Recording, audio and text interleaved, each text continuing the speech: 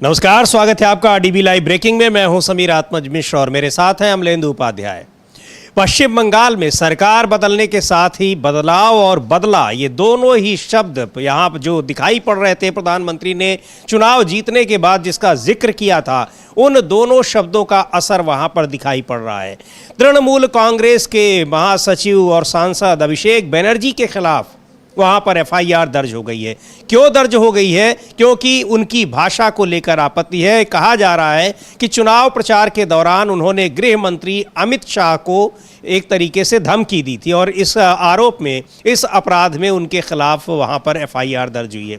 हालांकि भाषा की जो चर्चा है वो प्रधानमंत्री गृह मंत्री अमित शाह की काफ़ी हुई थी और किस भाषा की चर्चा हुई थी उसका जिक्र हम लोग करेंगे, लेकिन अभिषेक बनर्जी के खिलाफ वहाँ एफआईआर दर्ज हो गया है और ये भी कहा जा रहा है कि ममता बनर्जी के खिलाफ भी वहाँ पर केस दर्ज हो सकता है। तो सवाल ये है कि क्या ये दोनों शीर्ष नेता तृणमूल कांग्रेस के अब जेल जाएंगे? बात करते हैं इस पर, लेकिन बड़ी खबर और भी आ रही है और बड़ी खबर यह है कि chief justice of India, Bharat के मुख्य न्यायाधीश जस्टिस सूर्यकांत की टिप्पणी को लेकर इस समय जबरदस्त हंगामा मचा हुआ है। किस तरीके से बेरोजगारों पर उन्होंने टिप्पणी की है, मीडिया पर टिप्पणी की है और यही नहीं, आरटीआई कार्यकर्ताओं पर उन्होंने टिप्पणी की है। आरटीआई कानून वैसे ही कितना कमज़ोर हो गया है और उस कानून की रक्षा का जिम्मा भी सुप्रीम कोर्ट के ही ऊपर है, लेकिन उस कानून पर, आरटीआई के लगाने वालों पर, उन पर क्या टिप्पणी की है उसको लेकर हंगामा मचा हुआ है। इन पर बात करेंगे, लेकिन कई सारे मुद्दे ऐसे हैं जिन पर इस समय सरकार बुरी तरीके से घिरी नजर आ रही है और प्रधानमंत्री नरेंद्र मोदी की स्थिति ये हो गई है कि यहाँ पर उनकी सरकार के खिलाफ खबरें छपती है और खंडन उनको खुद करना पड़ता है। इस मुद्दे पर भी बात करते हैं। पहले बात करते हैं अमलेंदु जी, जो chief justice of India justice Suryakant की वो टिप्पणी है उस पर किस तरह की प्रतिक्रियाएं आ रही हैं? हालांकि अभिषेक बनर्जी का जो मामला है इसको लेकर वहाँ तृणमूल पश्चिम बंगाल की राजनीति में भी इस समय ज़बरदस्त उबाल आ रहा है। तमाम जगहों पर इसको लेकर प्रतिक्रियाएं आ रही हैं, विरोध हो रहा है। ये कहा भी जा रहा है कि प्रधानमंत्री ने तो आदेश दिया था कि यहाँ पर बदलाव होगा, यानी सिस्टम को बदला जाएगा, लेकिन सिस्टम को बदलने की बजाय वहाँ पर बदला लिया जा रहा है और इस बदले को लेकर उन्होंने कहा था कि ऐसा नहीं होने पाएगा। लेकिन एक तरफ यहाँ पर प्रशासनिक सिस्टम और एक तरफ इधर जुडिशियल सिस्टम, तो क्या कुछ हो रहा है? और ख़ास तौर पर जो अभिषेक बनर्जी के खिलाफ ये मामला दर्ज हुआ है। देखिए समीर जी, एक तो ये साफ समझा जा सकता है कि अब आपको ये स्वीकार कर लेना चाहिए और देश को भी स्वीकार कर लेना चाहिए कि देश अब विधिवत रूप से तानाशाही की तरफ बढ़ रहा है और किसी भी तरह की कोई राजनीतिक शुचिता, सामाजिक शुचिता वो अब नहीं बची है। और आप ये देखिए कि संवैधानिक संस्थाओं के प्रमुख जो हैं वो भी किस तरीके से, किस भाषा का इस्तेमाल कर रहे हैं। जिस काम के लिए उनको नौकरी पर रखा गया है वो नौकरी ना करके, वही नौकरी की उनकी जिम्मेदारियां उसे ना करके दुनिया भर के भाषण दे रहे हैं और फालतू की बकवास कर रहे हैं। ये आप समझ सकते हैं। तो अब ये हो रहा है। तो अब समीर, मसला ये है कि अगर राजनीतिक द्वेष है या राजनीतिक प्रतिद्वंदिता है, उसमें अब क्या इस स्तर तक गिर जाया जाएगा कि चुनाव के समय जो बातें हुई थी उसको लेकर अब जेल भेजे जाने की चीज़ें होंगी। जिस भाषा के लिए कहा जा रहा है कि अभिषेक बनर्जी के ऊपर यह एफआईआर दर्ज कराई गई है, उसी भाषा, उससे खराब भाषा के लिए क्या अमित शाह पर भी एफआईआर दर्ज हो सकती है? तो इस तरीके की चीज़ें हो सकती हैं। जहां बीजेपी की सरकारें नहीं है, क्या वहां अमित शाह के खिलाफ एफआईआर दर्ज हो सकती है? उनकी भाषा पर तो, गृह मंत्री अमित शाह की भाषा पर तो उसी समय सवाल उठ रहे थे कि आखिर चुनाव आयोग कर क्या रहा है इस तरह की भाषा। वो कह रहे हैं कि उल्टा लटका दिया जाएगा। समझिए, चुनाव आयोग नहीं, सुप्रीम कोर्ट भी क्या कर रहा है? बिल्कुल, गृह मंत्री कह रहा है कि उल्टा लटका देंगे चुनाव के बाद, और यो होता हुआ भी दिख रहा है। चुनाव के बाद उल्टा लटकाया भी जा रहा है जनता को। तो अगर गृह मंत्री इस तरीके की भाषा का जिक्र मतलब इस्तेमाल कर रहा है, आप गृह मंत्री हैं तो कानून आपको हाथ में लेने का अधिकार नहीं है। कानून जो है वो जिसको पालन करना है वो उसका करेगा। तो आप कानून हाथ में लेने वाले नहीं, कुछ नहीं होते हैं। आपको ये अधिकार नहीं मिल गया है। भारतीय न्याय संहिता जो अब नई बन गई है, बीएनएस, उसकी कोई धारा ऐसी नहीं है जिसके अंतर्गत अमित शाह को ये सुविधा मिल जाती हो, ये छूट मिल जाती हो कि वो किसी को उल्टा लटका देंगे। तो ये उनके नहीं है। तो इस पर भी एफआईआर हो सकती है। लेकिन अब अभिषेक बनर्जी के खिलाफ एफआईआर दर्ज कराई गई है और एफआईआर में ये कहा गया है कि इन्होंने अभद्र भाषा का अमित शाह के लिए इस्तेमाल किया। ये एफआईआर दर्ज कराई गई। अब इसके बीजेपी के तमाम नेता जो हैं इसका समर्थन कर रहे हैं कि हाँ, उन पर कार्रवाई होनी चाहिए, उन्होंने इस भाषा का इस्तेमाल किया। तो भाई जा अमित शाह की भाषा पे भी विचार कर लो, प्रधानमंत्री की भाषा पे विचार कर लो। अगर भाषा की सारी बातें आनी है तो सबकी भाषा का कर लो। सीजीआई क्या भाषा बोल रहे हैं उस भाषा को भी देख लो। ये सीजीआई की भाषा है जो सीजीआई बोल रहे हैं, और वो भी कहाँ बोल रहे हैं, सुप्रीम कोर्ट में बैठकर बोल रहे हैं। बाहर भी आपने बोला था, तब भी एक बार के लिए आपको क्षमा किया जा सकता था। तो ये जिस तरह की चीज़ें चल रही तो उससे समझा जा सकता है कि देश जो है अब विधिवत तौर से तानाशाही की तरफ बढ़ रहा है। कहीं कोई संवैधानिक संस्था, कहीं कोई नियम कानून चीज नाम की चीज़ नहीं रह जाएगी, इसको समझ लेना चाहिए। बिल्कुल, ये किस तरीके से जो से संवैधानिक संस्थाएं हैं वो भी किस तरह से यहाँ पर काम करती हुई दिखाई पड़ रही हैं, यानी उनके अपने जो कार्यशैली है उसमें किस तरीके की चीज़ें दिखाई पड़ रही हैं। सबसे बड़ी बात ये कि जो चीफ जस्टिस ऑफ इंडिया की जो भाषा है, जो टिप्पणी है, उसमें कैसे इतनी बड़ी संख्या में जो बेरोजगार लोग हैं उन पर टिप्पणी की गई है। बेरोजगार लोगों पर टिप्पणी कर रहे हैं और क्या टिप्पणी है उस पर किस तरीके की प्रतिक्रिया आ रही है उसकी चर्चा भी हम लोग करते हैं। लेकिन यहाँ तमाम जो ज़रूरी मुद्दे हैं उनसे भटकाने के लिए प्रधानमंत्री विदेश में हैं और यहाँ अपने मंत्रियों को कह गए हैं कि अब आप लोग सारे साइकिल चलाइए, तस्वीर डालिए, बहुत सारे जो ज़रूरी मुद्दे हैं उनसे लोगों को भटकाए रखिए। लेकिन नीट का पेपर लीक होता है, उसके बाद वो एग्ज़ाम कैंसिल होता है, अब वो री एग्ज़ाम होगा, पर इससे जिस तरीके से बड़ी संख्या में छात्रों को नुकसान हुआ है, उनको सदमा लगा है, आखिर उसकी भरपाई कौन करेगा। इस समय एनटीए जो दफ्तर है यानी नेशनल टेस्टिंग एजेंसी जो ये परीक्षा कराती है, जिस पर सवाल उठ रहे हैं, लेकिन कल उसको सर्टिफिकेट दे दिया शिक्षा मंत्री धर्मेंद्र प्रधान ने।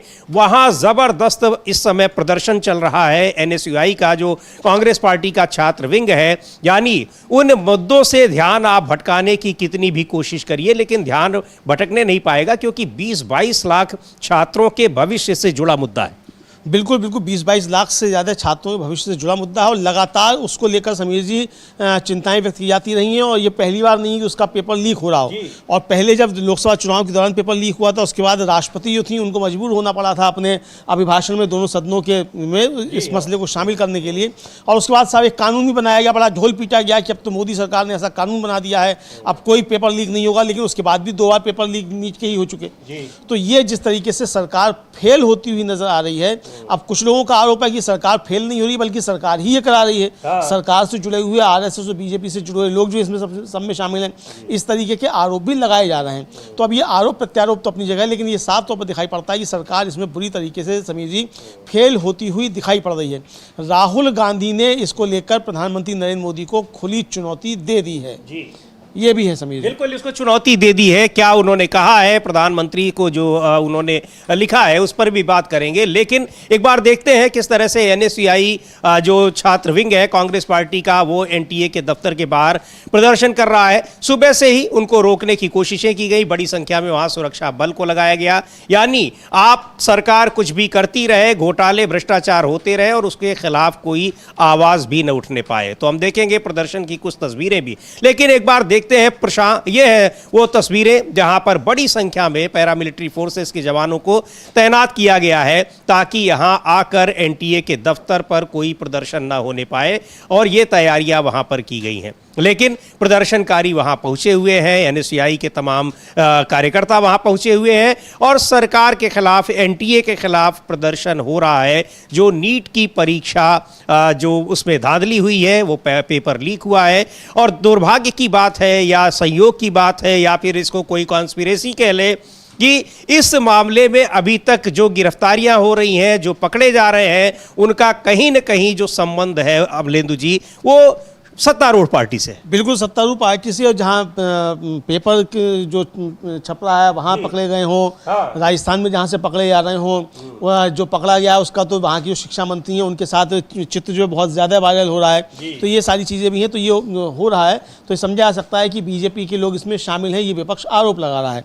तो अब विपक्ष की आरोप प्रत्यारोप अपनी जगह है, लेकिन सरकार जिस तरीके से काम कर रही है और सरकार जिस तरीके से इस मसले को ले रही है, आपको याद होगा कि लोकसभा चुनाव के दौरान भी जिस समय आया था तो पहले तो शिक्षा मंत्री ने इसको नकार दिया था कि है ही नहीं, कुछ नहीं हुआ है, ये मतलब अफवाह फैलाई जा रही है। उसके बाद फिर जब काफी ज्यादा मामला बढ़ा तो फिर इन्हीं शिक्षा मंत्री को स्वीकार करना पड़ा और शिक्षा मंत्री को फिर इसको रद्द कराना पड़ा। देखिए हमने ये प्रदर्शनकारियों को रोकने के लिए ये क्या, मुझे लगता है प्रदर्शनकारियों से ज्यादा संख्या तो इन्हीं की दिखाई पड़ रही है।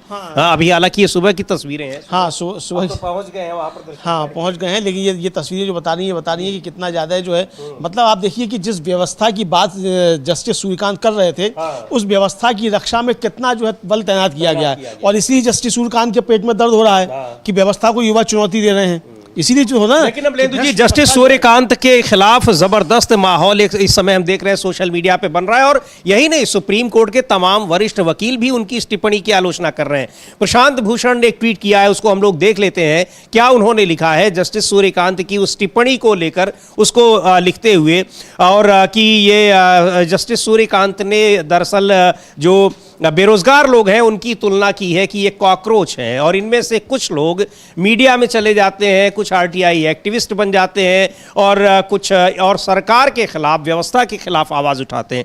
आप ये देखिए कि संविधान का जो रक्षक है, कस्टोडियन है, उसका हेड ये कह रहा है कि लोग व्यवस्था के खिलाफ आवाज उठाते हैं। अरे भाई, व्यवस्था के खिलाफ आवाज नहीं उठेगी तो फिर बहुत सारी संस्थाओं का तो मतलब ही नहीं रह जाएगा। बिल्कुल किसी संस्थाओं का मतलब नहीं रह जाएगा समीर जी, और फिर संस्थाएं जो हैं वो कैसे होंगी अगर व्यवस्था ऐसी हो जाएगी, अगर व्यवस्था यही हो जाएगी जिस तरीके से नीट के एग्जाम चल रहे हैं, तो ये व्यवस्था जो है इसके खिलाफ तो आक्रोश होना बहुत जरूरी है। सीजीआई साहब उसी व्यवस्था को बचाने की बात कर रहे हैं क्या, कि युवा जो है वो नीट के खिलाफ आंदोलन ना करें, जो पेपर लीक होने उसके खिलाफ आंदोलन ना करें, उन्हीं युवाओं को आप कॉकरोच कह रहे हैं। ये आप समझ सकते हैं, ये जो है वो बिल्कुल जो प्रशांत भूषण लिख रहे हैं, उनका कहना है कि सीजीआई ने युवाओं के बारे में जो टिप्पणी की है वो बेहद दुर्भाग्यपूर्ण और कुछ हद तक आम किस्म की है।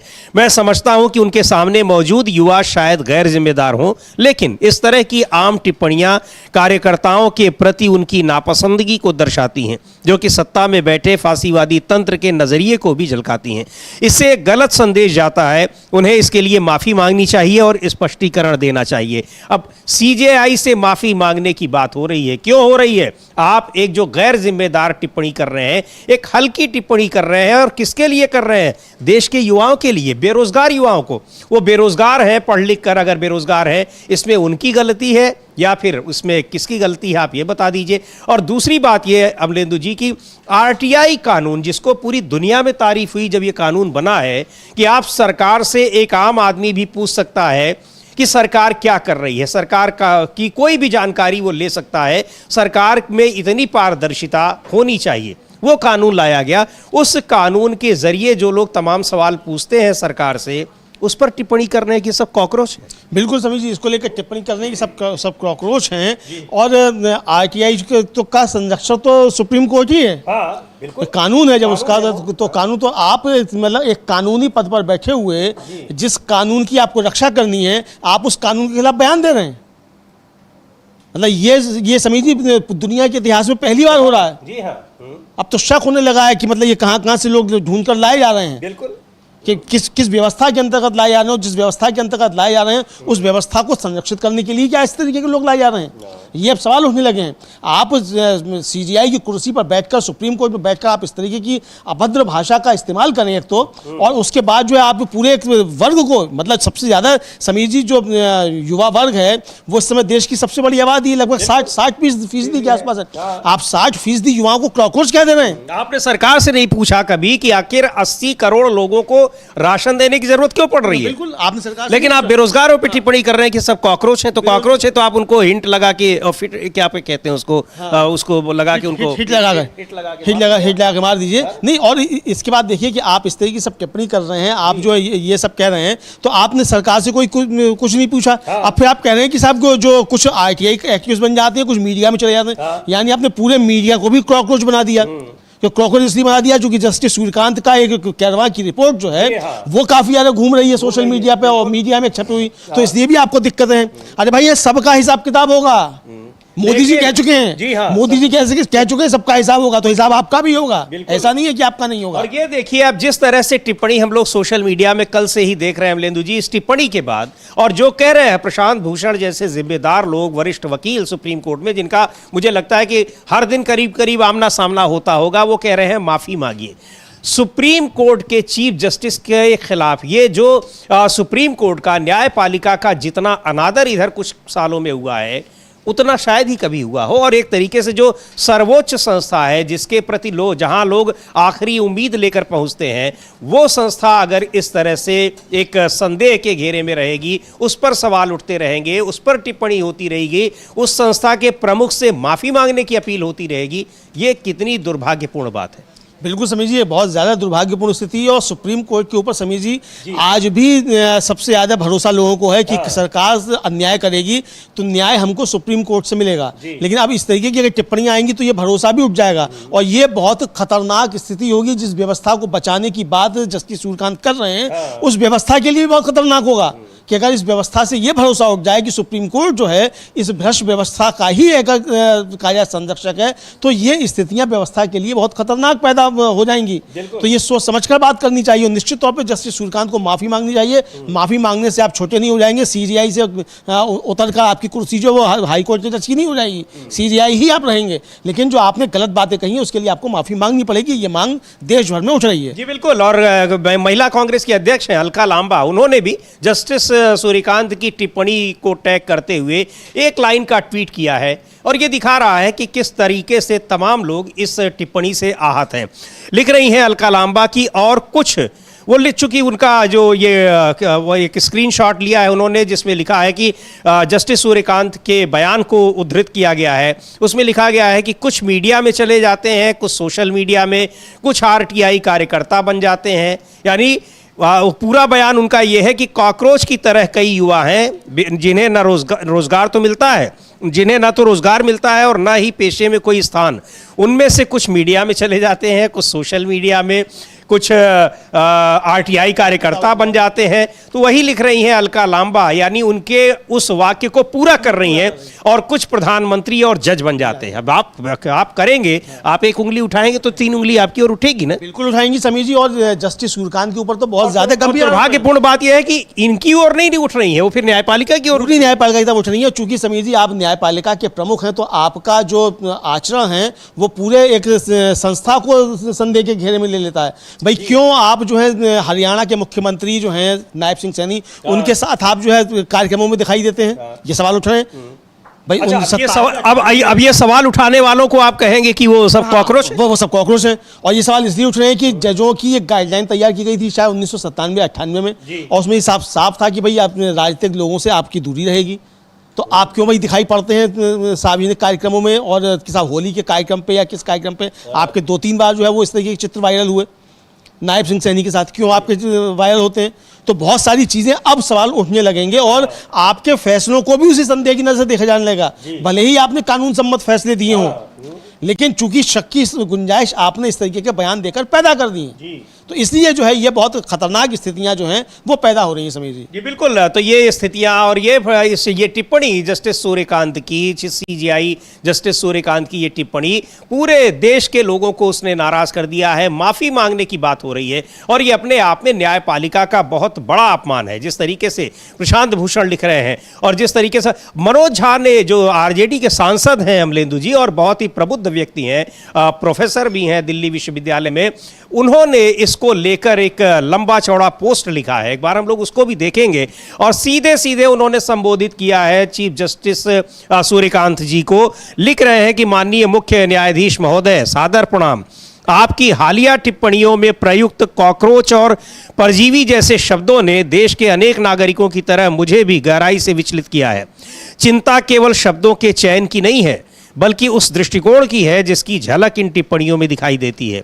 जब एक संवैधानिक लोकतंत्र के मुख्य न्यायाधीश बेरोजगार युवाओं, आरटीआई कार्यकर्ताओं, मीडिया कर्मियों और असहमति व्यक्त करने वालों की तुलना कॉकरोच और परजीवी से करते हैं, तो ये केवल व्यक्तिगत आक्रोश का मामला नहीं रह जाता। यह लोकतंत्र की मूल आत्मा और उसकी बुनियादी संवैधानिक संस्कृति को आहत करने लगता है। महोदय, किसी संवैधानिक पद की नैतिक शक्ति केवल उसके अधिकारों से नहीं आती, बल्कि उससे आती है उस संयम, संवेदनशीलता और संवैधानिक नैतिकता से जिसका वो प्रतिनिधित्व करता है। हमारे न्यायिक इतिहास की यही सबसे सुंदर परंपरा रही है कि अदालतें शब्दों से भी लोकतंत्र को गरिमा प्रदान करती रही हैं। अमानवीकरण की भाषा, चाहे वो कॉकरोच हो या परजीवी, इतिहास में हमेशा असहिष्णुता की पहली शरण स्थली रही है। कभी लगता था कि इस तरह की भाषा न्यायपालिका की चौखट तक नहीं पहुंचेगी, लेकिन अब महसूस होता है कि शायद हम ही बहुत मासूम थे। मिलॉर्ड, लोकतंत्र इसलिए जीवित रहते हैं क्योंकि संस्थाएं आलोचना को लोकतांत्रिक आवश्यकता मानती हैं, किसी प्रदूषण की तरह नहीं। मैं उन करोड़ों भारतीयों में शामिल हूं जिन्हें यह बेहद असहज और पीड़ादायक लगता है कि भारत के बेरोजगार युवाओं को कॉकरोच कहा जा रहा है, और वो भी ऐसे व्यक्ति द्वारा जो इस कठिन और बेचैन समय में उम्मीद के सर्वोच्च संवैधानिक पद पर आसीन है। क्या यह सच नहीं है कि ये युवा एक गहरे आर्थिक और संस्थागत संकट के शिकार हैं, जिसका सामना स्वयं व्यवस्था को ईमानदारी से करना चाहिए? आज करोड़ों शिक्षित युवा घटते अवसरों, संविदा आधारित असुरक्षा, भर्ती में देरी, प्रश्न पत्र लीक और बढ़ती निराशा के बीच अपना जीवन जी रहे हैं। उनकी बेचैनी और आक्रोश को परजीविता कह देना उस पीढ़ी का उपहास करना है जो पहले ही अनिश्चितता का भारी बोझ ढो रही है। अब काफ़ी कुछ बातें उन्होंने लिखी हैं इसको लेकर अमलेंदु जी, लेकिन कितनी महत्वपूर्ण बात है कि भाषाई मर्यादा हर जगह लांघी जा सकती है, लेकिन हम लोग ये कभी उम्मीद नहीं किए थे कि ये न्यायपालिका की चौखट को भी पार कर सकती है। बिल्कुल समीर जी, और इसी बात को लेकर मनोज झा आगे लिख रहे हैं कि उतनी ही गंभीर चिंता आपकी उन टिप्पणियों से भी उत्पन्न होती है जिनमें आरटीआई कार्यकर्ताओं, मीडिया के एक बड़े हिस्से को संदेह की दृष्टि से देखा गया। सूचना के अधिकार का आंदोलन उन साधारण नागरिकों के संघर्ष से निकला था जिन्होंने सत्ता से पारदर्शिता की मांग की। अनेक आरटीआई कार्यकर्ताओं ने भ्रष्टाचार और प्रशासनिक विफलता को उजागर करने के लिए भारी व्यक्तिगत जोखिम उठाए हैं। कई लोगों ने तो अपनी जान तक गंवाई है। खोजी पत्रकार और सामाजिक कार्यकर्ता अपनी सीमाओं और अपूर्णताओं के बावजूद लोकतांत्रिक जवाबदेही के आवश्यक स्तंभ हैं। क्या हर आलोचक को व्यवस्था विरोधी तत्व के रूप में चित्रित करना उचित है? ऐसा दृष्टिकोण एक खतरनाक परिस्थिति निर्मित करता है जहां जी हाँ हुजूर को देशभक्ति और प्रश्न पूछने को शत्रुता या राष्ट्र विरोध में बदल दिया जाता है। महोदय, न्यायपालिका का संवैधानिक स्थान इसलिए विशिष्ट है क्योंकि उससे अपेक्षा की जाती है कि वह असहमति की आवाज़ों की रक्षा करेगी, ना कि उन्हें कलंकित करेगी। अदालतों ने ऐतिहासिक रूप से सरकारों को याद दिलाया है कि आलोचना देशद्रोह नहीं होती, असहमति राष्ट्र विरोध नहीं होती, और बेहतर जवाबदेही की मांग कोई विध्वंसक गतिविधि नहीं है। यदि नागरिकों को यह भय सताने लगे कि संस्थाओं की आलोचना करने पर उन्हें अपमान या प्रतिशोध का सामना करना पड़ सकता है, और वह भी उन्हीं संस्थाओं से जो उनकी स्वतंत्रता की रक्षा के लिए बनी हैं, तो लोकतांत्रिक अनुबंध कमजोर पड़ने लगता है। सोशल मीडिया पोस्टों को ली गई टिप्पणियों, वकीलों की ऑनलाइन अभिव्यक्ति की जांच कराने के सुझाव भी अभिव्यक्ति की स्वतंत्रता के संदर्भ में गंभीर प्रश्न खड़े करते हैं। पेशेगत अनुशासन निसंदेह आवश्यक है, और यदि फर्जी डिग्रियां हैं तो उनका जांच भी होनी चाहिए, लेकिन आलोचना, असहमति या सहज प्रश्नों को संस्थागत संदेह का आधार नहीं बनाया जा सकता। अन्यथा जवाबदेही और भयादोहन के बीच की रेखा खतरनाक रूप से धुंधली हो जाती है। मील और सार्वजनिक संस्थाओं, विशेषकर संवैधानिक अदालतों से यह अपेक्षा की जाती है कि वे ऐसी भाषा में संवाद करें जो सार्वजनिक विमर्श को ऊंचा उठाए, ना कि उसे और अधिक कठोर और असभ्य बनाए। ऐसे समय में जब देश पहले ही राजनैतिक संवाद में गिरती शालीनता का साक्षी बन रहा है, न्यायपालिका से उम्मीद थी कि वह संवैधानिक संयम और गरिमा की अंतिम क्षण स्थिति बनी रहेगी। जी बिल्कुल। और आखिरी जो वाक्य है बहुत ही महत्वपूर्ण है। लिख रहे हैं कि अंत में केवल इतना कहना चाहता हूं कि भारत के बेरोजगार युवा, आरटीआई कार्यकर्ता, स्वतंत्र पत्रकार और असहमति रखने वाले नागरिक लोकतंत्र में रहने वाले कीड़े मकोड़े नहीं हैं। वे उन अनेक स्वरों में शामिल हैं जिनसे लोकतंत्र सांस लेता है और उम्मीद का दायरा विस्तृत होता है। एक सादर, एक चिंतित नागरिक, जय हिंद, ये लिख रहे हैं। बिल्कुल सही बात है कि कीड़े मकोड़े नहीं हैं, ये वही भारत के लोग हैं जो इस लोकतांत्रिक व्यवस्था की रीढ़ हैं और उसका सोर्स हैं। बिल्कुल बिल्कुल, इसीलिए तहत आप भी उस पद पर बैठे। हाँ, आप भी इसी पद पर बैठे हुए हैं। और समीर जी, अगर आप आज सीजेआई हैं तो सीजेआई तो आप तब भी बन सकते थे जब अंग्रेजों का शासन था, तब भी आप सीजेआई बन सकते थे जी। लेकिन इस देश को आज़ादी जो है वो किसी न्यायपालिका ने नहीं दिला दी, किसी सुप्रीम कोर्ट ने आज़ादी नहीं दे दी। ये आज़ादी जो मिली है, जो संविधान बना है, जो लोकतंत्र है, वो इस देश के लाखों लोगों की कुर्बानियों के बाद मिला है, और इसको कोई सीजेआई इस तरीके से जो है कुचल नहीं सकता लोकतंत्र को और इस संविधान को। आपकी जिम्मेदारी जो है, आपको वो जिम्मेदारी निभानी पड़ेगी, और अगर नहीं निभा सकते हो तो इस्तीफा देकर घर जाइए। ये भाषण देने की आवश्यकता क्या है? यहाँ आपको जो काम सौंपा गया है कि आप जो है न्याय करेंगे, वो न्याय का काम कीजिए। आप भाषण की आवश्यकता नहीं है। भाषण देने के लिए प्रधानमंत्री नरेंद्र मोदी काफी हैं। बिल्कुल भाई, आप सवाल, जो सत्ता से सवाल पूछ रहा है, कितने अफसोस की बात है कि जिसका संरक्षण करना चाहिए सुप्रीम कोर्ट को, यानी सत्ता से, व्यवस्था से सवाल पूछने वाले का, उसको आप कॉकरोच बता दे रहे हैं और उसमें सबको शामिल कर रहे हैं। मीडिया को भी, आरटीआई कार्यकर्ताओं को भी, और तमाम सोशल मीडिया पर जो लोग लिख रहे हैं, सोशल मीडिया पर जो लिख रहे हैं, कभी आप उनके साहस की आप कभी कल्पना कर लीजिए तो आपको समझ में आ जाएगा कि उनके पास किसी तरह की कोई सिक्योरिटी नहीं है। लेकिन वो सत्ता का डटकर मुकाबला करते हैं, उसके खिलाफ जो तथ्य होते हैं उनको ले आते हैं और उन्हीं तथ्यों में से तमाम चीज़ें जो है वो बड़े बड़े केसेस में वो नज़ीर बनती हैं, एविडेंस बनती हैं। लेकिन बहुत ही गंभीर टिप्पणी है अमलेंदु जी, और सोशल मीडिया पर जो नाराज़गी दिख रही है उससे पता लग रहा है कि देश कितना नाराज़ है, कितना गुस्से में है इस टिप्पणी से। बिल्कुल बिल्कुल समीर जी, देश काफ़ी ज़्यादा गुस्से में है और ये पहली बार है समीर जी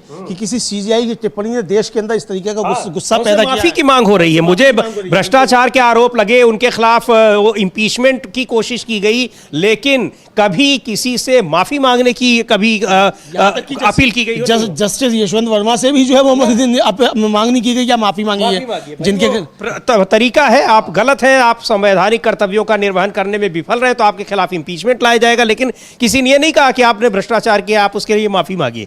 ये टिप्पणी बहुत गंभीर है। बिल्कुल बहुत गंभीर टिप्पणी है और इस गंभीर टिप्पणी को लेकर समीर जी देश के अंदर काफ़ी ज़्यादा गुस्सा साफ तौर पर देखने को मिल रहा है और इसीलिए अब ये बात उठने लगी है कि क्या वास्तव में अब न्यायपालिका से न्याय की उम्मीद करनी चाहिए कि नहीं करनी चाहिए अगर इस तरीके की टिप्पणियां आती रहेंगी। सवाल ये नहीं कि आपने किस मुकदमे में टिप्पणी की, क्या मुकदमा आया था, क्या नहीं। अगर याचिका मेंटेबल नहीं थी आप उसको खारिज करते सीधे सीधे। अब आप कल्पना करिए अमलेंदु जी कि हम आप कोई भी पत्रकार कोई खबर करता है और ऐसे उदाहरण रोज सैकड़ों की संख्या में आ रहे हैं, उसके खिलाफ एफआईआर हो रही है, वो जेल चला जाता है, उसके खिलाफ एनएसए लगा दिया जाता है, जो अक्सर हो रहा है। वो अगर आपके पास चला जाएगा तो आप क्या कहेंगे कि आपको जरूरत क्या थी, आप सत्ता के खिलाफ आइए, आप तो कॉकरोच की तरह हैं। हाँ बिल्कुल, आप कह ही रहे कि बहुत से जो मीडिया में चले जाते हैं, सोशल मीडिया पर चले जाते हैं, कुछ आईटी कार्यकर्ता बन जाते हैं और यही काम करते हैं, तो आप कह ही रहे हैं। तो इसका मतलब कि आपका जो मूल काम है वो आप नहीं कर रहे हैं। आपका मूल काम जो है, जो अभिव्यक्ति की स्वतंत्रता है उसकी रक्षा करना भी है, तो वो आप नहीं कर रहे हैं। तो इसका मतलब आप जो है सबसे ज़्यादा सवाल तो आप ही के ऊपर उठ रहे हैं कि भाई आप जहाँ हैं तो आपको वहाँ होना चाहिए कि नहीं होना चाहिए, ये सवाल भी अब उठने लगे। तो ये समीर जी बहुत गंभीर परिस्थितियां जो हैं जस्टिस सूर्यकांत के इस वक्तव्य के बाद देश के सामने खड़ी हो गई हैं। बिल्कुल वहाँ पर खड़ी है, लेकिन ये है कि अब ये नाराजगी जो लोगों की दिखाई पड़ रही है ये उनके लिए एक बड़ी चुनौती भी है कि कैसे इसका सामना करें। क्या अब देश की जनता से वो माफ़ी मांगेंगे उन करोड़ों बेरोजगारों से जो अपनी वजह से बेरोजगार नहीं है, इस व्यवस्था ने उनको बेरोजगार बनाया है। और व्यवस्था को लेकर राहुल गांधी ने क्या कुछ कहा है, प्रधानमंत्री से क्या सवाल भी किए हैं, कुछ पूछा भी है उनसे, अपील भी की है, उसको हम देखते हैं। उन्होंने एक अपने इस ट्वीट में जो नीट परीक्षा में जिस तरीके से तमाम सदमे में गए हैं छात्र, बहुत सारे छात्र जो उम्मीद लगाए थे कि अब हो जाएंगे, उनका सिलेक्शन हो जाएगा, वो भी जाएंगे मेडिकल कॉलेज में पढ़ेंगे, उनकी उम्मीदें कैसे धराशायी हो गई और व्यवस्था को लेकर अब वो क्या सोच रहे होंगे, ये बड़ी महत्वपूर्ण बात है। लिख रहे हैं राहुल गांधी की कोट कर रहे हैं, कोट अनकोट, अब नहीं देनी होगी परीक्षा। लखीमपुर खीरी के 21 साल के ऋतिक मिश्रा के ये आखिरी शब्द थे।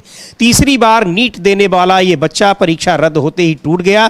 गोवा में भी एक नीट अभ्यर्थी ने जान दे दी। ये बच्चे परीक्षा से नहीं हारे, इन्हें एक भ्रष्ट तंत्र ने मारा है। यह आत्महत्या नहीं, ये सिस्टम द्वारा हत्या है। आंकड़े देखिए, तमाम आंकड़े उन्होंने बताए हैं कि 2015 से 26 तक 148 परीक्षा घोटाले, 87 परीक्षाएं रद्द, 9 करोड़ बच्चों का भविष्य प्रभावित। 148 घोटालों में सजा हुई सिर्फ एक को। सीबीआई ने 17 मामले लिए, ईडी ने 11, किसी को सजा नहीं। नीट, एआईपीएमटी और अन्य मेडिकल परीक्षाओं में अकेले 15 घोटाले। और सबसे शर्मनाक बात, इन घोटालों में जिम्मेदार किसी अधिकारी या मंत्री का इस्तीफा नहीं हुआ, हटाए जाते हैं, फिर चुपके से बड़े पद पर बैठा दिए जाते हैं। चोरी कराने वालों को इनाम मिलता है और परीक्षा देने वाले बच्चे जान गंवाते हैं। मोदी जी, कितने ऋतिक चाहिए आपकी जवाबदेही जगाने के लिए? मेरे युवा साथियों, आपका दर्द मेरा दर्द है, आपकी मेहनत मेरी मेहनत है। आपका भविष्य चुराने वालों को जवाब देना ही होगा, चाहे जितना वक्त लगे, किसी को बख्शा नहीं जाएगा, ये मेरा वादा है। ये लड़ाई हम साथ लड़ेंगे और जीतेंगे भी। और अभी कल की खबर है कि दिल्ली में भी किसी उसमें डिप्रेशन में आकर किसी छात्र ने जान दे दी। तो ये जान नहीं देनी चाहिए छात्रों को, डिप्रेशन से में आने पर उनको इसका मुकाबला करना चाहिए। लेकिन एक छोटे बच्चे हैं, उनके मन में इन चीज़ों का कितना गहरा आघात लगेगा कि ये व्यवस्था उनको बचपन से ही, किशोरावस्था से ही उनको एक भ्रष्टाचार सीखने पर मजबूर कर रही है। बिल्कुल बिल्कुल समझिए, ये भ्रष्टाचार सीखने पर मजबूर कर रही है और ये बड़ा सवाल पैदा होता जा रहा है कि भाई ये आखिर युवाओं के सामने ये परिस्थितियाँ क्यों पैदा होती हैं और ये क्यों मन में घर करता चला जाता है कि ये व्यवस्था ही भ्रष्ट है जिसको सूर्यकांत बचाने की बात कर रहे हैं। कि व्यवस्था के खिलाफ लोग खड़े हो जाते हैं, तो जो व्यवस्था के खिलाफ खड़ा हो रहा है वो भ्रष्ट व्यवस्था को बदलने की बात कर रहा है, और आप उस भ्रष्ट व्यवस्था के बचाव में खड़े हुए दिखाई पड़ रहे हैं।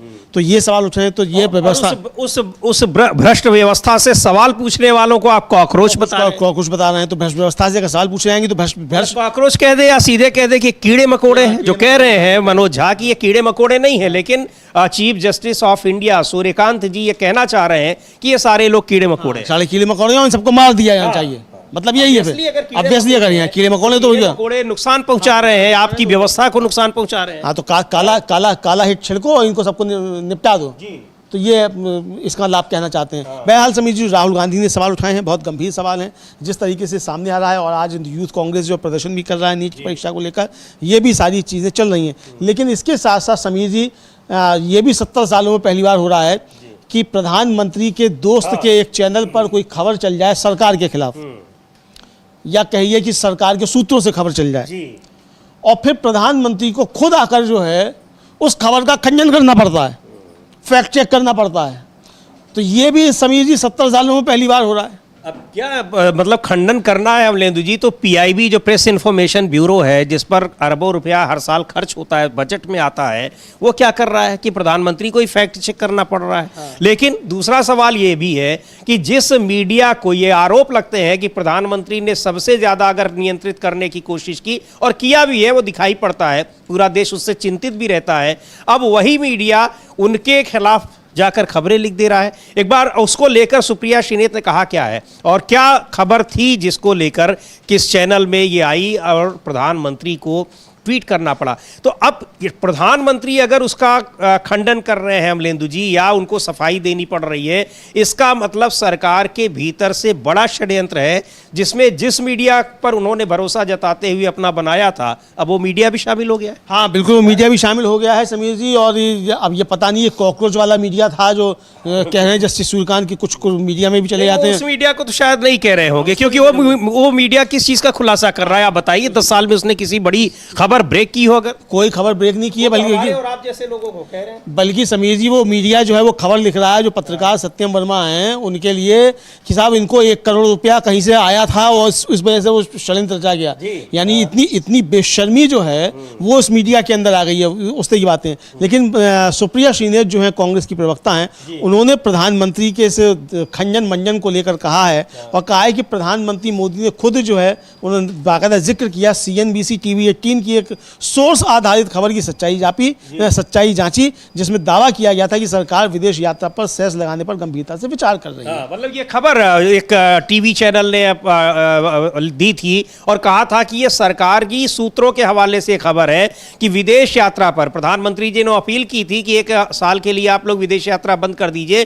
तो वो मीडिया हाउस कह रहा है सरकारी सूत्रों के हवाले से कि सरकार विदेश यात्रा पर सेस लगाने जा रही है, यानी और उस पर टैक्स एक तरीके से इंपोज करने जा रही है, ताकि विदेश यात्रा और महंगी हो जाए, यानी विदेश यात्रा जाने को हतोत्साहित किया जाए।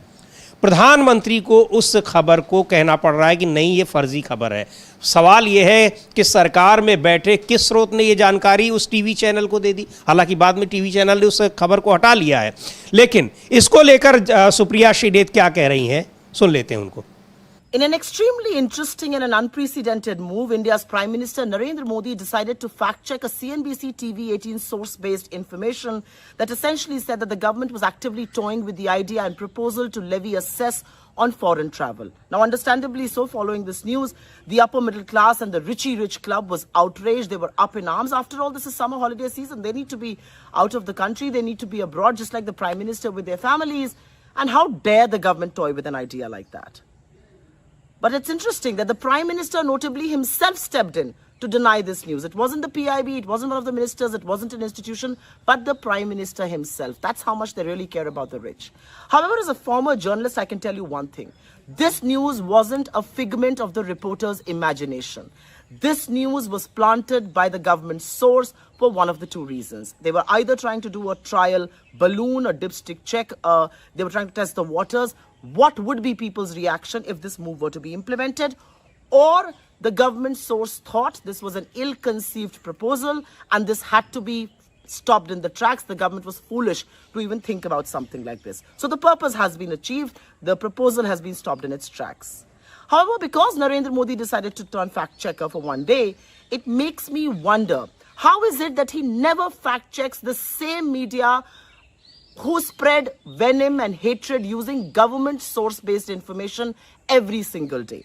How is it that he never fact checks them when they peddle fake news day in and day out, day after day? How is it that he keeps quiet when these same television news anchors decide that we have captured Islamabad and Karachi, bringing us global embarrassment? The Prime Minister stays quiet. How is it that the same Prime Minister never fact checks his habitual... तो कह रही हैं सुप्रिया श्रीनेत कि इस खबर के बाद से ही अपर मिडिल क्लास और अमीर लोगों का गुस्सा फूट पड़ा है। आखिर ये उनके गर्मियों की छुट्टियों का मौसम है, सरकार की हिम्मत कैसे हुई कि वो इस तरह का कोई विचार भी सामने रखें। खास बात यह है कि पीआईबी ने नहीं बल्कि खुद मोदी ने आगे आकर इस तरह के किसी भी कदम से इनकार किया। एक पूर्व पत्रकार होने के नाते मैं एक बात पक्के तौर पर जानती हूं, ये रिपोर्टर की कोरी कल्पना नहीं थी। सोर्स ने यह खबर इन दो में से किसी एक वजह से प्लांट की थी, माहौल का जायजा लेने के लिए, एक ट्रायल बैलून के तौर पर, या सरकार जिस गलत सोचे समझे प्रस्ताव पर नासमझी से विचार कर रही थी उसे खत्म करने के लिए। खैर, मकसद पूरा हो गया। लेकिन बहुत गंभीर बात यह है अमलेंदु जी कि सोर्सेस के हवाले से खबर चल रही है, और खबर यूं नहीं चलती। ये सही बात कह रही हैं कि सोर्सेस के हवाले से कई बार बहुत सारी ब्रेकिंग खबरें होती हैं। मंत्रालय के अधिकारी पत्रकारों से अपने संबंध के आधार पर उन्हें गोपनीय खबरें देते हैं, छाप दी जाती हैं। इसका मतलब कि वो चीज़ होने वाली है, लेकिन उसका खंडन प्रधानमंत्री की ओर से। इसका मतलब कि अगर ये योजना बन भी रही थी तो गुपचुप तरीके से उसमें कैबिनेट के भी किसी व्यक्ति को कुछ नहीं पता है। जैसा कि कहा भी जाता है कि जो फैसले लिए जाते हैं केवल 2 लोग लेते हैं, बाकी किसी कुछ पता नहीं रहता है। बिल्कुल किसी को पता नहीं रहता है, और ये एक तरीके से चल रहा है समीर जी। और प्रधानमंत्री को आखिर क्यों सफाई देने के लिए आना पड़ा, ये भी महत्वपूर्ण बात है। अब तक प्रधानमंत्री किसी इसी खबर पर सफाई देने के लिए नहीं आए थे। इसका मतलब समीर जी ये है कि ये असर ज़्यादा हुआ जो प्रधानमंत्री ने अपील कर दी थी, सोना मत खरीदो, विदेश मत जाओ, पेट्रोल डील कम करो, और ये समझ में आ गया कि अब ये सेस लगाने जा रहे हैं, तो ये लोगों में इसका विश्वास हो गया। और खबर चलाई किसने? उनका ही मीडिया जो कहा जाता है उसने चलाई जी। तो उसको लेकर जो है अब ये उन्होंने बहुत गंभीर सवाल उठाए हैं। जी बिल्कुल सवाल उठाए हैं। और इधर क्या कुछ हो रहा है एक बार देखते हैं, रुक करते हैं वहां पर एनटीए के दफ्तर के बाहर, नेशनल टेस्टिंग एजेंसी, वहां यूथ कांग्रेस का प्रदर्शन हो रहा है, और शिक्षा मंत्री धर्मेंद्र प्रधान के घर के बाहर भी प्रदर्शन हो रहा है। ये आप देख सकते हैं किस तरीके से वहां इस जो भ्रष्टाचार है एनटीए में, नीट के छात्रों के लाखों छात्रों के साथ जो कुछ हो रहा है उसके खिलाफ ये प्रदर्शन एनएसयूआई के कार्यकर्ता कर रहे हैं।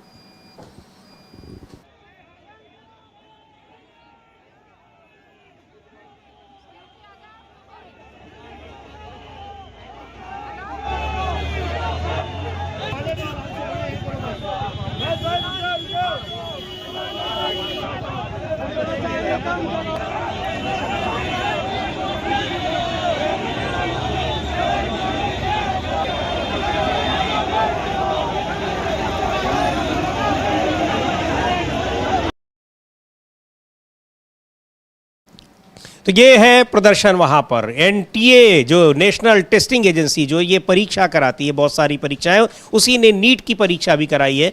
बार बार वह परीक्षाएं करा रही है एजेंसी, बार बार पेपर लीक हो रहा है, फिर भी उसी संस्था को दिया जा रहा है पेपर कराने का जिम्मा। और कल उसको धर्मेंद्र प्रधान जब प्रेस कॉन्फ्रेंस कर रहे थे बाकायदा उसको क्लीन चिट भी दे रहे थे।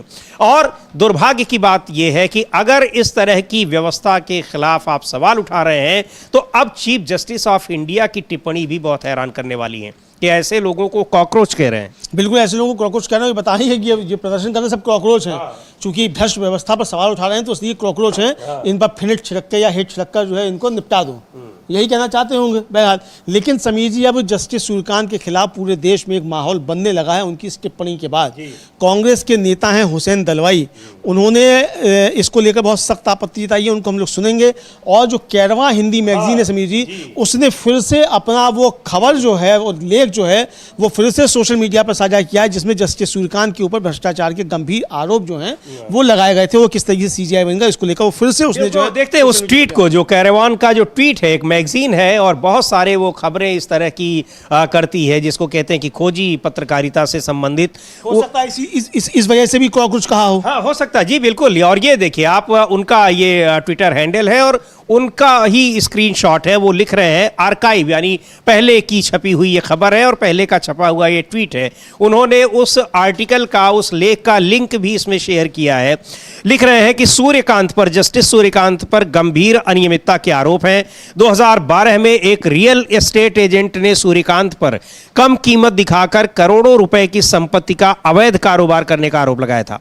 2017 में पंजाब में एक कैदी ने याचिका दायर कर सूर्यकांत पर 8 मामलों में रिश्वत लेकर जमानत देने का आरोप लगाया। इस याचिका पर 6 सालों तक कॉलेजियम ने सुनवाई नहीं की और वे पंजाब और हरियाणा हाईकोर्ट के जज बने रहे।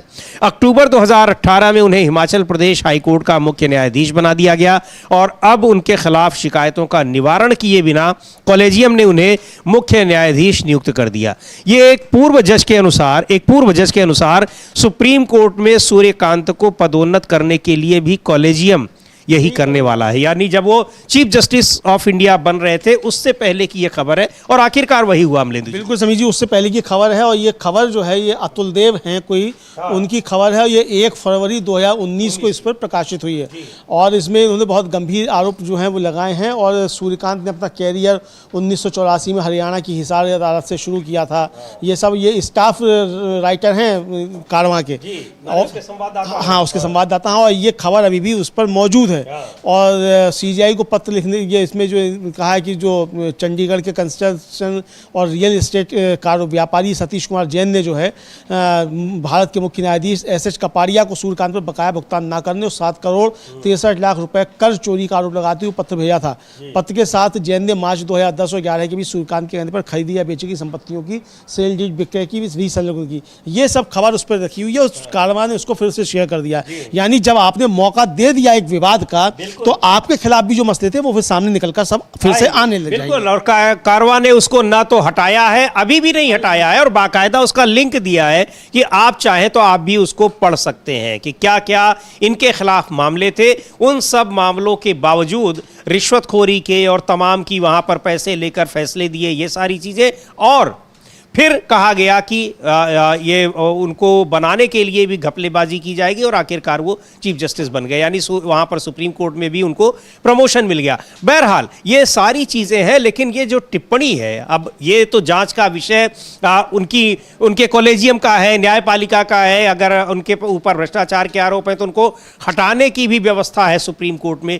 लेकिन आपकी ये टिप्पणी उन लोगों के लिए हो रही है जो इस देश की संवैधानिक व्यवस्था का स्रोत जिसको कहा जाता है, source, we the people of India, ऐसे लोगों को कि आप बेरोजगार लोगों को कह दे रहे हैं कि कॉकरोच हैं। तो हुसैन दलवी को सुनते हैं, कांग्रेस नेता हैं, इस टिप्पणी पर, चीफ जस्टिस ऑफ इंडिया की इस टिप्पणी पर वो क्या कह रहे हैं।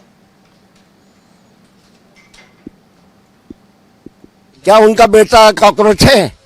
इस तरह की बात करते हैं। आप कौन से हुद्दे पे हैं?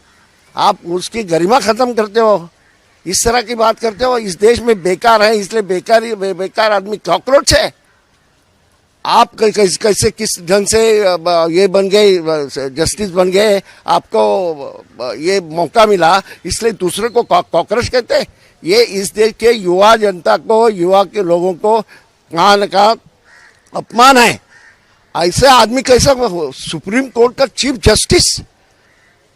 ताज्जुब की बात है, ताज्जुब की बात है।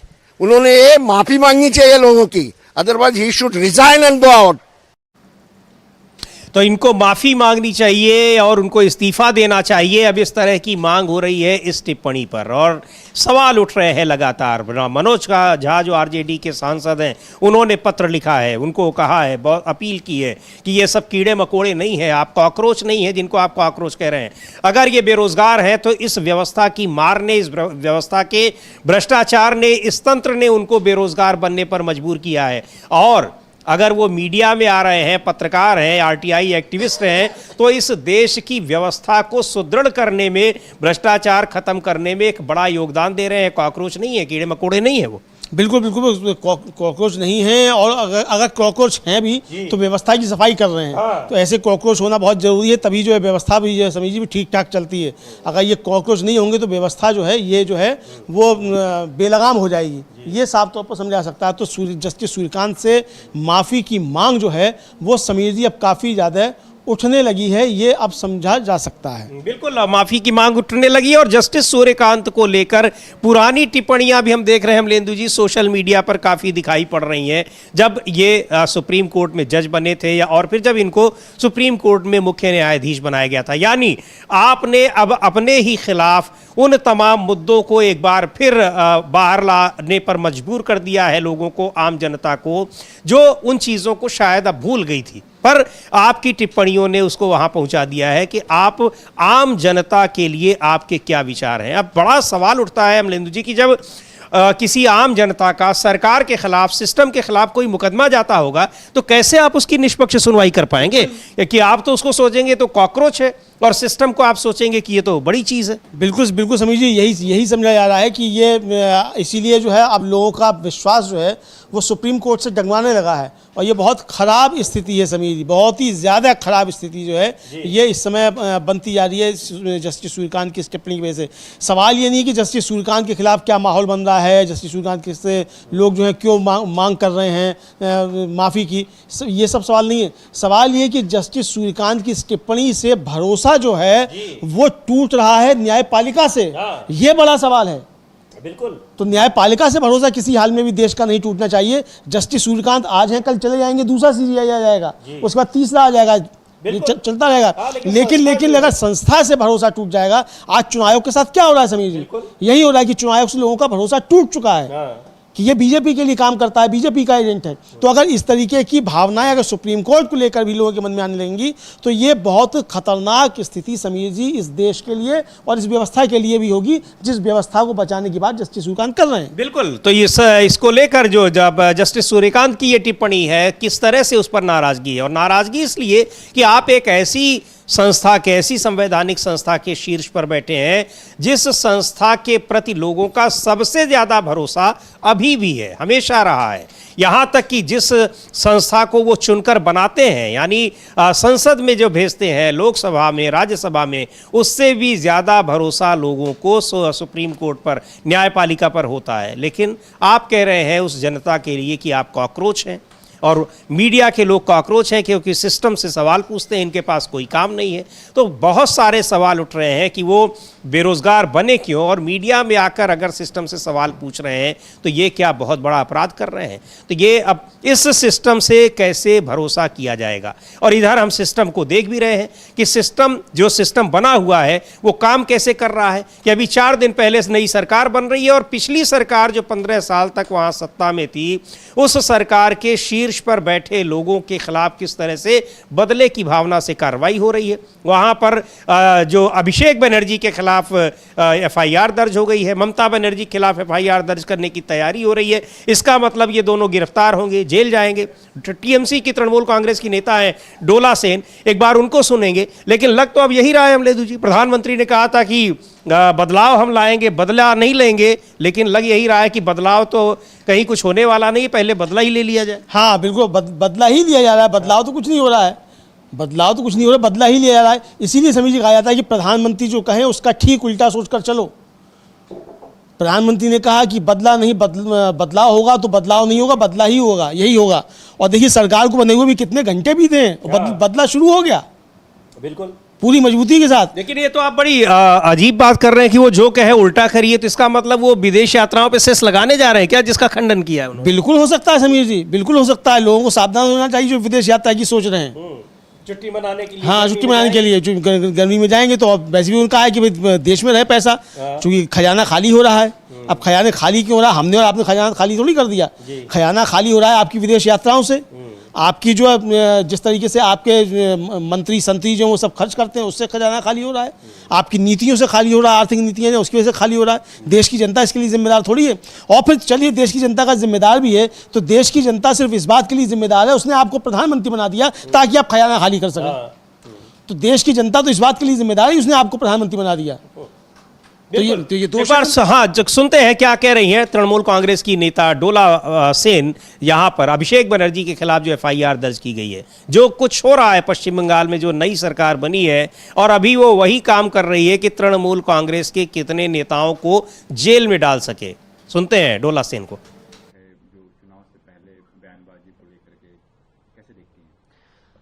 हम यूनिवर्स का जो हिस्ट्री अगर हम गो थ्रू करेंगे तो आप सबको दिखाई देगा, हमको भी दिखाई दिया कि कहीं भी साजिश, अन्याय, झूठ, कॉन्स्पिरेसी ये सब लास्ट बात नहीं होते।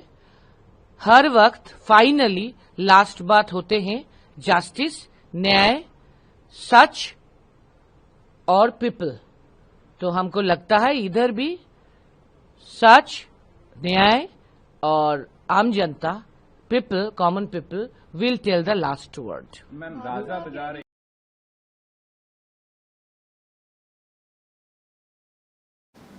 तो वहां सरकार बनाने के साथ ही क्या काम कर रही है वो दिखाई पड़ रहा है, और कैसे वहां पर व्यवस्था को संभाला गया है वो दिखाई पड़ रहा है कि यहाँ चुनाव होने के बाद ही वहां पर लगातार वायलेंस हो रहा है। और इधर प्रधानमंत्री को ट्वीट करके ये बताना पड़ रहा है कि मीडिया गलत खबर छाप रहा है, और वो भी वो मीडिया जिस पर प्रधानमंत्री को शायद सबसे ज्यादा भरोसा होगा। बिल्कुल बिल्कुल सबसे ज़्यादा भरोसा है, जिसी पर गूंज और टक्कर जाने क्या क्या सब चलती रहती है।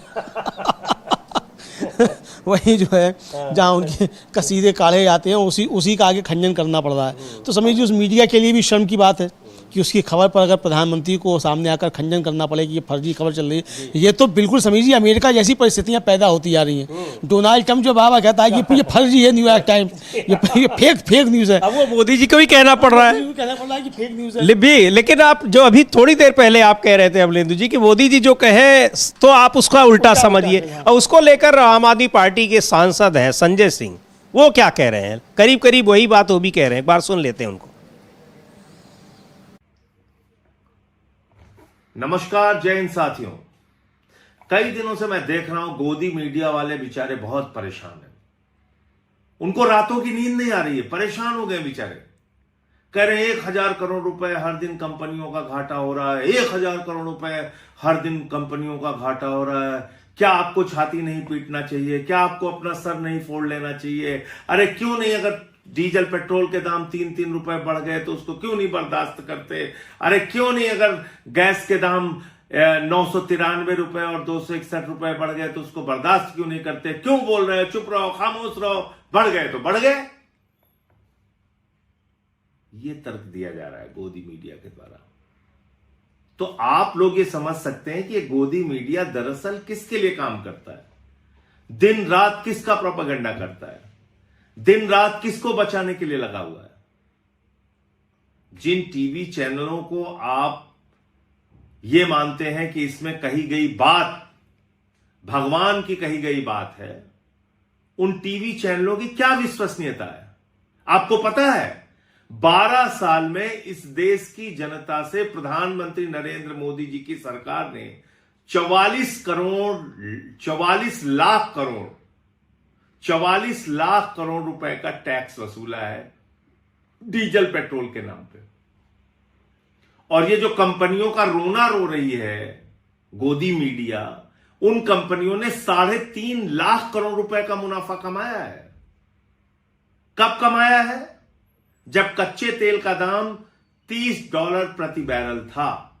अंतर्राष्ट्रीय बाजार में जब कच्चे तेल का दाम कम था, $20 $30 प्रति बैरल था, उस वक्त भी आपको महंगा पेट्रोल और डीजल हिंदुस्तान में बेचा गया और मुनाफा कमाया गया, हजारों लाखों करोड़ रुपए मुनाफा कमाया गया।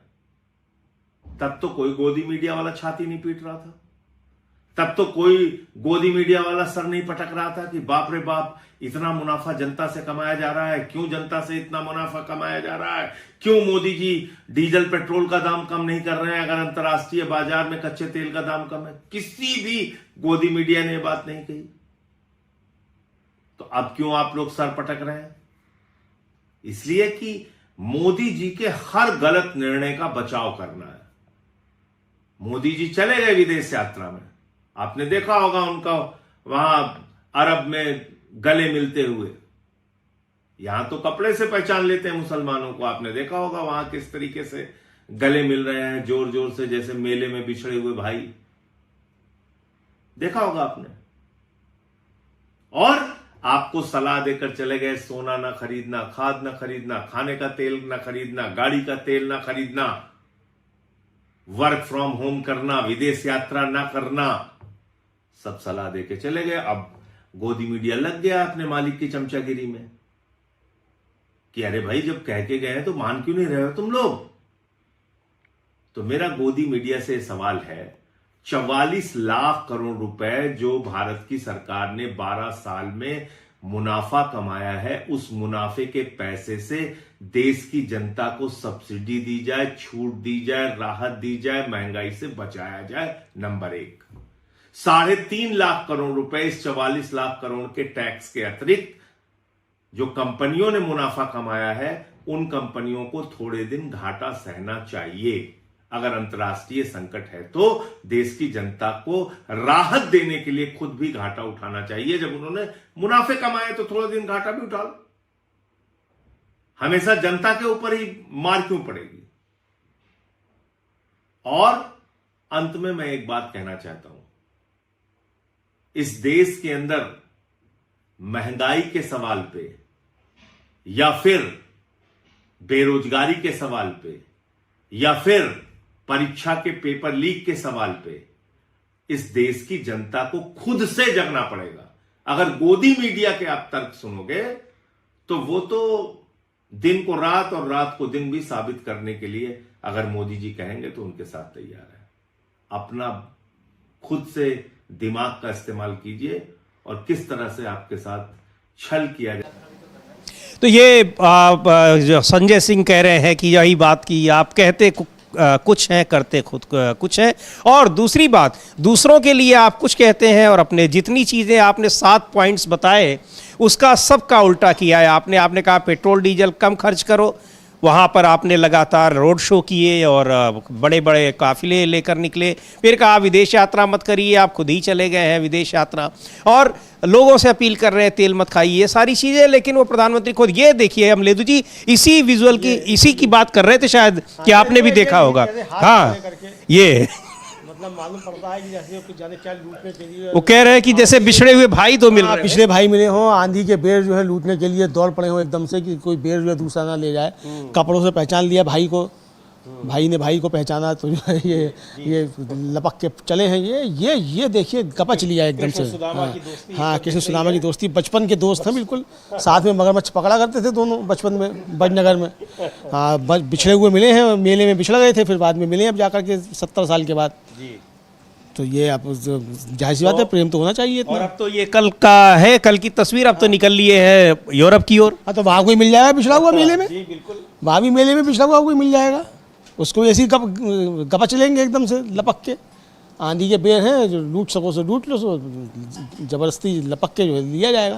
तो ये है ये चीज़ें कि यहाँ पर कपड़ों से पहचानने का बड़ा एक मशहूर जुमला था प्रधानमंत्री का ही कि कपड़ों से पहचान में आ जाते हैं, और कपड़ों से ही पहचान रहे हैं वहाँ पर यूएई के सुल्तान को भी। बहरहाल वहाँ क्या कह रहे हैं कि जो करते हैं, यही बात कह रहे थे संजय सिंह कि जो कहते हैं वो करते नहीं प्रधानमंत्री जी, और जो करते हैं वो कहते नहीं हैं। ये सारी चीज़ें दिखाई पड़ रही हैं। कल भी हम लोगों ने चर्चा की थी कि वहाँ पर अमेरिका में जो डिपार्टमेंट ऑफ जस्टिस है वो कैसे अडानी के तमाम जो फ्रॉड केसेस हैं उनको ख़त्म कर रहा है। कभी नहीं कहा प्रधानमंत्री ने कि वो ये डील कराने के लिए वहाँ पर उन्होंने अमेरिका के साथ ऐसी ट्रेड डील की है जिसमें भारत का केवल नुकसान ही नुकसान है। लेकिन ये बात आखिरकार पब्लिक डोमेन में आ ही गई, और कल हम लोगों ने उसकी चर्चा भी की कि कैसे देश के व्यापारिक हितों को उन्होंने ताक पर रख दिया सिर्फ इसलिए कि अडानी के खिलाफ वहाँ मुकदमा न चलने पाए। बिल्कुल बिल्कुल, अडानी के खिलाफ मुकदमा ना चलने पाए, तो इसलिए सारे आपने हित ताक पर रख दिए। कल राहुल गांधी ने इसको लेकर बहुत सवाल भी उठाए, फिर भी सवाल उठाए। अभी मैं देख रहा था कि वो प्रधानमंत्री का कोई पुराना वीडियो जो है वो शेयर करके वो कांग्रेस के नेता हैं श्रीनिवास बीवी, वो कह रहे हैं कि तो कोरोना क्या है, स्किन ने रोक रखा है। तो इस तरीके से अब इस तरीके की ह्यूमर जो है वो काफ़ी ज़्यादा चलने लगे हैं। लेकिन समीर जी, इससे कोई इनकार नहीं, प्रधानमंत्री जो कह रहे हैं एक बात तो सच कह रहे हैं। मुझे लगता है कि 70 सालों में पहली बार ही शायद सच बोल रहे हैं कि देश के सामने परिस्थितियाँ गंभीर हैं, संकट है देश के सामने। ये तो प्रधानमंत्री सच बोल रहे हैं। अब संकट में प्रधानमंत्री की भूमिका क्या है, प्रधानमंत्री किस तरीके से संकट लेकर आए हैं और उस संकट से निपट नहीं पा रहे, उसमें बहस हो सकती है, लेकिन इस पर बहस नहीं हो सकती कि देश के सामने संकट नहीं है। ये प्रधानमंत्री सच बोल रहे हैं। जी बिल्कुल, लेकिन इस समय बहस का मुद्दे तमाम है, लेकिन सबसे ज्यादा इस समय बहस हो रही है मुख्य न्यायाधीश के उस बयान पर जिसमें वो मीडिया, आरटीआई कार्यकर्ता और तमाम युवकों को, बेरोजगारों को बता रहे हैं कि ये कॉकरोच हैं, कीड़े मकोड़े हैं। बहुत लोग आहत हैं, सवाल उठा रहे हैं, सीजीआई से माफी की मांग की जा रही है। अपने आप में ये बहुत गंभीर मसला है। देखते हैं इस पर आगे क्या कुछ होता है। सीजीआई की इस टिप्पणी के बाद और इस तरह की प्रतिक्रियाओं के बाद दोबारा उनकी क्या कोई टिप्पणी आती है या नहीं आती है। बने रहिए डीबी लाइव के साथ। इस कार्यक्रम को भी यहीं समाप्त करते हैं। मुझे और अमलेंदु उपाध्याय